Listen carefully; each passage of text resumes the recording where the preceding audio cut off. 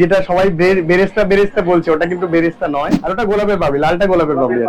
শোনো, একটা কথা বলি, অনেকে অনেক রকম কমেন্ট করতে পারে ভেজ বিরিয়ানি সম্পর্কে যাদের অভিজ্ঞতা নেই।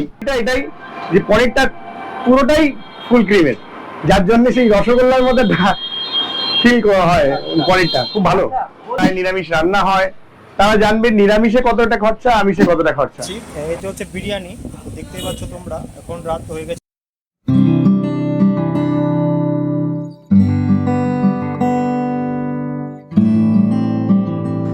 আজকে আমাদের গন্তব্য হচ্ছে মায়াপুর। তো মায়াপুরে যাওয়ার জন্য আমরা যাচ্ছি ট্রেনে করে সর্বপ্রথম আমরা যাব নবদ্বীপ অথবা বিষ্ণুপ্রিয়া।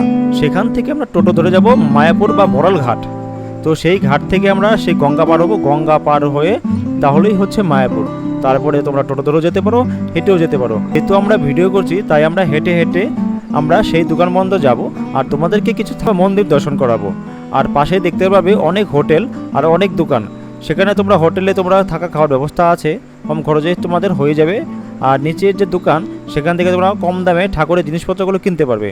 তাহলে চলো, এখন আমরা যাচ্ছি সেই ভেজ বিরিয়ানি। আমরা প্রায় দোকানে পৌঁছে গেছি। তাহলে চলো, দোকানে গিয়ে আবার দেখা হচ্ছে। তো তোমাদেরকে মন্দিরে দেখাতে দেখাতে রমজান আসলাম, আর এখন আমি দাঁড়িয়ে আছি সেই বিখ্যাত জগন্নাথ ভেজ বিরিয়ানির দোকানে, যেটা মায়াপুরের মধ্যে সর্বপ্রথম ভেজ বিরিয়ানি। তো আমরা আজকে এই বিরিয়ানির দোকানে বিরিয়ানি খাবো এবং খেয়ে দেখবো বিরিয়ানি কেমন। আমরা তো অনেক বিরিয়ানি ট্রাই করেছি, যেমন চিকেন বিরিয়ানি, মটন বিরিয়ানি, আলু বিরিয়ানি। তো আজকে আমি ট্রাই করবো প্রপার ভেজ বিরিয়ানি। মায়াপুরের মধ্যে নাকি এটাই বেস্ট ভেজ বিরিয়ানির দোকান। তো আমরা এই দোকানে বিরিয়ানি খাবো, খেয়ে দেখবো বিরিয়ানির টেস্ট কেমন। তাহলে চলো ভেতরে যাওয়া যাক। এটা হচ্ছে দোকানের ভেতরের দৃশ্য। তো এখানে চেয়ার রাখা আছে, এখানে আরামে বসে খাওয়ার ব্যবস্থা আছে। আর এই পাশটাতে বিরিয়ানি রান্না করা হয়, যেটা প্রভু নিজে রান্না করে। আর প্রভু এখন দাঁড়িয়ে আছে, তো প্রভুর সাথে আমরা এখন কিছু কথা বলবো। তাহলে চলো প্রভুর সাথে কথা বলা যাক। তো এই হচ্ছে বিরিয়ানির হাঁড়ি, দেখতেই পাচ্ছ ভেজ বিরিয়ানি। তো বিরিয়ানিতে কি কি দেওয়া হয়? বিরিয়ানিতে পনির আছে, ইঁচড় আছে। হ্যাঁ। আজকে ইঁচড়টা অফ আছে। ইঁচড় থাকে, ময়দার যে সবজি দিয়ে তৈরি হয়, একটা গ্লুটিন চাপ, সেটা থাকে, আর সয়াবিন থাকে। আচ্ছা। পনির সয়াবিনটা মিনিমাম প্রতিদিনই প্রায় থেকে যায়, পনির সয়াবিনটা। তো তুমি এই বিরিয়ানিতে উপরে এটা কি দিয়েছো? উপরে আছে আপনার যেটা সবাই বেরেস্তা বেরেস্তা বলছে, ওটা কিন্তু বেরেস্তা নয়, অ্যাকচুয়ালি ওটা বাঁধাকপি দিয়ে তৈরি। বাঁধাকপি দিয়ে তৈরি? হ্যাঁ, ওটা বাঁধাকপি। বেরেস্তার মতো লাগে দেখতে, যেহেতু ওটা লাল লাল একটু ভাব আছে। হ্যাঁ, আর ওটা গোলাপের পাপড়ি, লালটা গোলাপের পাপড়ি আছে। আচ্ছা।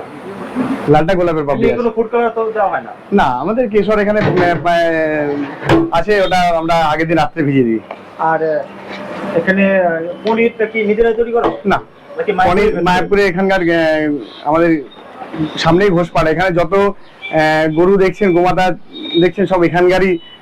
এবং ওরা সত্যি কথা বলতে কি, যেখানেই পনির আমি খেয়েছি, আমি নিজের বাড়িতেও, এখানকার যে ফুল ক্রিমের পনিরটা, আমরা কলকাতাতে বা অন্য অন্য জায়গায় পাই কি ক্রিমটা তুলে নেয় দুধের সঙ্গে থেকে, তুলে নিয়ে তারপরে পনির বানায়। কিন্তু এখানকার পিউরিটিটা এটাই যে পনিরটা পুরোটাই ফুল ক্রিমের, যার জন্য সেই রসগোল্লার মধ্যে ফিল করা হয়।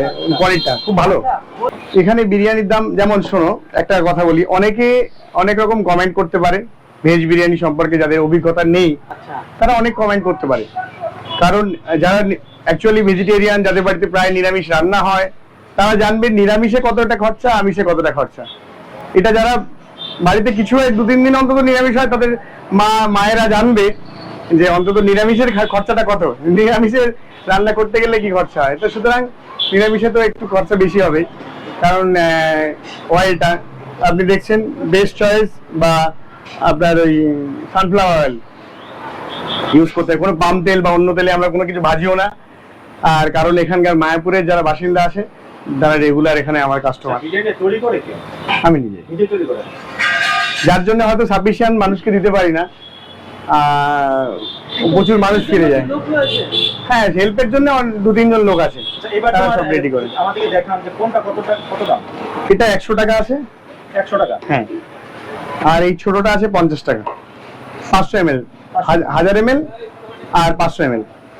আর আনলিমিটেড দেওয়া হয় না? হ্যাঁ, বুধবারে আনলিমিটেড থাকে। বুধবারে আনলিমিটেড? হ্যাঁ, কারণ শুক্র শনি রবি অসম্ভব ভিড় হয়, আর সোমবারটা যেহেতু বন্ধর ডেট আছে, যার জন্য আনলিমিটেড সব সময়ের জন্য বুধবার, কারণ বুধবারটা এখানকার বাসিন্দারা আসে, কিছু টুরিস্ট আসে। আর শনিবার, শুক্রবার আর রবিবার এটা সম্ভবই না, কারণ রাত 11টা বেজে যায়, আমাদের রান্না করেই যেতে হয়। বিরিয়ানি হয়তো আজকে যেমন আমাদের অফ ডে, কিন্তু তাও যেহেতু কাস্টমার আছে যার জন্য আজকে বিরিয়ানি করতে হচ্ছে, যার জন্য দেখছো এই টেবিলটা পুরোটা খালি। কারণ এখানে 4 থেকে 5 রকমের সবজি আইটেম থাকে, সোয়া চাপ থাকে, সোয়া স্টিক থাকে, তারপরে মালয়েশিয়ান সোয়া থাকে, এমনি সোয়াবিন কষা থাকে, পনিরের আইটেম থাকে। কিছুই আজকে নেই, শুধু একটা চিলি পনির রেডি হচ্ছে, আর কিছু আজকে নেই, কারণ আজকে সমস্ত স্টাফেরা ছুটি। আজকে আমি আর আমার বাড়িতে আমার একটা ভাই থাকে, এই দুজনেই আর কি বিরিয়ানি করছি। তন্ময়, ওটা হয়ে গেলে প্রভুদের টেবিলটা রেডি করে। কথা বলতে বলতে প্রায় সন্ধ্যা হয়ে গেল, আর এখন চলে আসলো আরেকটি নতুন হাঁড়ি, গরম গরম হাঁড়ি। তো দেখতে পাচ্ছ তোমরা, হাঁড়িটা এখন প্রসেসিং করা হচ্ছে।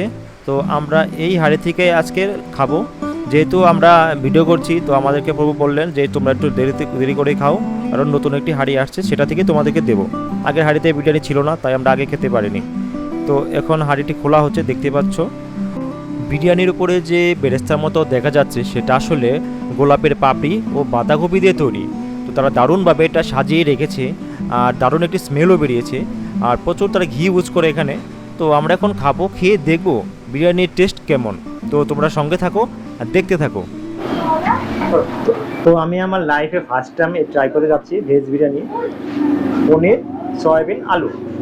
তো আমি প্রথমে এক বাইট নেই, রাইসটা খেয়ে দেখি। এখানে দেখা যাচ্ছে প্রচুর ঘি আছে, তারা ঘি ইউজ করে, মায়াপুরি ঘি। দেখি কেমন লাগে।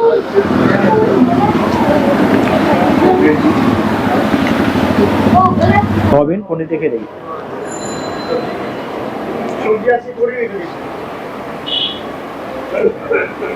ভালো টেস্ট আছে, আলুটা সফট, একদম নরম। এই দেখো চলে যাচ্ছে। একটু আলু খেয়ে দেখি এবার।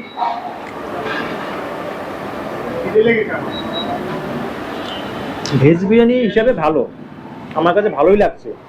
ভেজ বিরিয়ানি খেতে পছন্দ করো, মানে যারা ভেজ আইটেম খেতে পছন্দ করো তাদের জন্য এটা ভালো লাগবে, দারুণ লাগবে। আমার কাছে ভালোই লাগছে। তো আমি এখন পুরোটা খাবো, খেয়ে তোমাদের সাথে আবার কথা বলছি।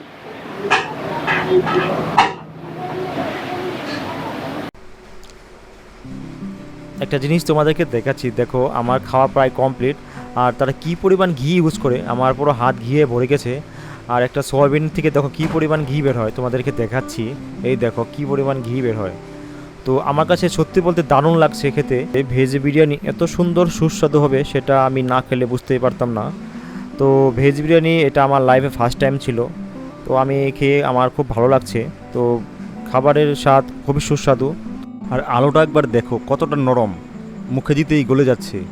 আর তোমাদেরকে পনিরটাও দেখাচ্ছি, পনিরটা একদমই সফট ছিল, খুবই সুস্বাদু। তো তোমরা যদি কখনো মায়াপুর আসো, একবার হলেও এই বিরিয়ানি ট্রাই করতে পারো। তো আমি পুরোটা খেয়ে তোমাদের সাথে আবার কথা বলছি। তো ফাইনালি আমাদের খাওয়া দাওয়া কমপ্লিট। তো তোমাদেরকে এখন আমি খাবার রিভিউটা দেবো।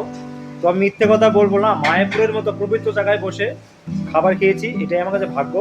আর আরেকটা কথা বলবো, বিরিয়ানির টেস্ট খুব ভালো খেতে। এখানে যে ভেজ বিরিয়ানি, আমরা তো অনেক সময় মটন বিরিয়ানি খেয়েছি, চিকেনও খেয়েছি, তবে মটন চিকেনের থেকেও ভেজ বিরিয়ানি খারাপ না, ভালো। যাদের কাছে যারা ভেজ খেতে ভালোবাসে তাদের কাছে তো অবশ্যই ভালো লাগবে, আর যারা নতুন খাবে তাদের কাছেও ভালো লাগবে, কারণ বিরিয়ানির টেস্টটা অন্য ধরনের টেস্ট। তো আমার কাছে খুব ভালো লেগেছে, তাই আমি তোমাদের সাথে শেয়ার করলাম। যদি ভিডিওটি ভালো লেগে থাকে তাহলে একটা লাইক করবে, তোমাদের কোনো প্রশ্ন থাকলে সেটা কমেন্ট করবে, আর অবশ্যই চ্যানেলটি সাবস্ক্রাইব করতে ভুলবে না। তো আজকের মতো এই পর্যন্তই, পরবর্তী ভিডিওতে আবার দেখা হবে। তো আজকের মতো বাই।